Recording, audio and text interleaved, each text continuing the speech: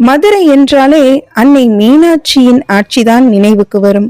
ஆனால் ஒரு காலத்தில் மதுரையை ஆட்சி செய்த ஆங்கிலேய ஆட்சியர் ஒருவரையே அன்னை மீனாட்சி தனது பக்தராக மாற்றிய நிகழ்ச்சியான வரலாறு உங்களுக்கு தெரியுமா? கிபி 1812 முதல் 1828 வரை மதுரையின் மாவட்ட ஆட்சியாளராக இருந்தவர் ஐசக் ரவுஸ் பீட்டர் என்பவர். இவர் மக்களின் மீது மிகுந்த அன்பும் அன்னை மீனாட்சியின் மீது அளவற்ற பற்றும் கொண்டிருந்தார். இதனால மதுரை மக்கள் இவரை அன்போடு பீட்டர் பாண்டியன் என்றே அழைத்தாங்க.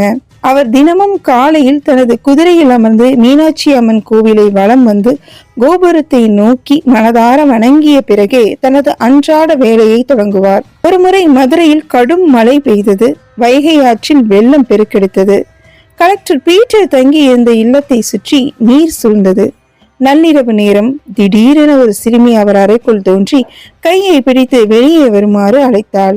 பீட்டர் அந்த சிறுமியை பின்தொடர்ந்து வீட்டிற்கு வெளியே ஓடி வந்தார். அவர் வெளியே வந்த அடுத்த நிமிடம் அந்த பெரிய மாளிகை இடிந்து தரைமட்டமானது. தன்னை அழைத்த அந்த சிறுமியை அவர் தேடி பார்த்த போது அவள் மர்மமான முறையில் மறைந்து விட்டாள்.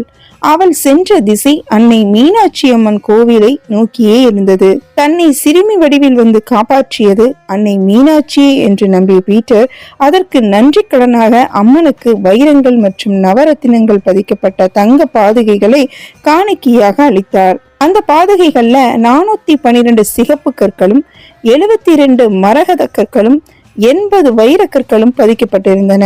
இவை இன்றளவும் பீட்டர் பாதுகைகள் என்றே அழைக்கப்படுது. மதுரை சித்திரை திருவிழாவின் 5ஆம் நாளில் அன்னை மீனாட்சி குதிரை வாகனத்தில் வரும்பொழுது இந்த பாதுகைகளை அணிந்து பக்தர்களுக்கு காட்சியளிக்கின்றார். அன்னையின் அருளுக்கு ஜாதி, மதம், மொழி என எந்த பேதமும் இல்லை என்பதற்கு இந்த வரலாறே சாட்சி.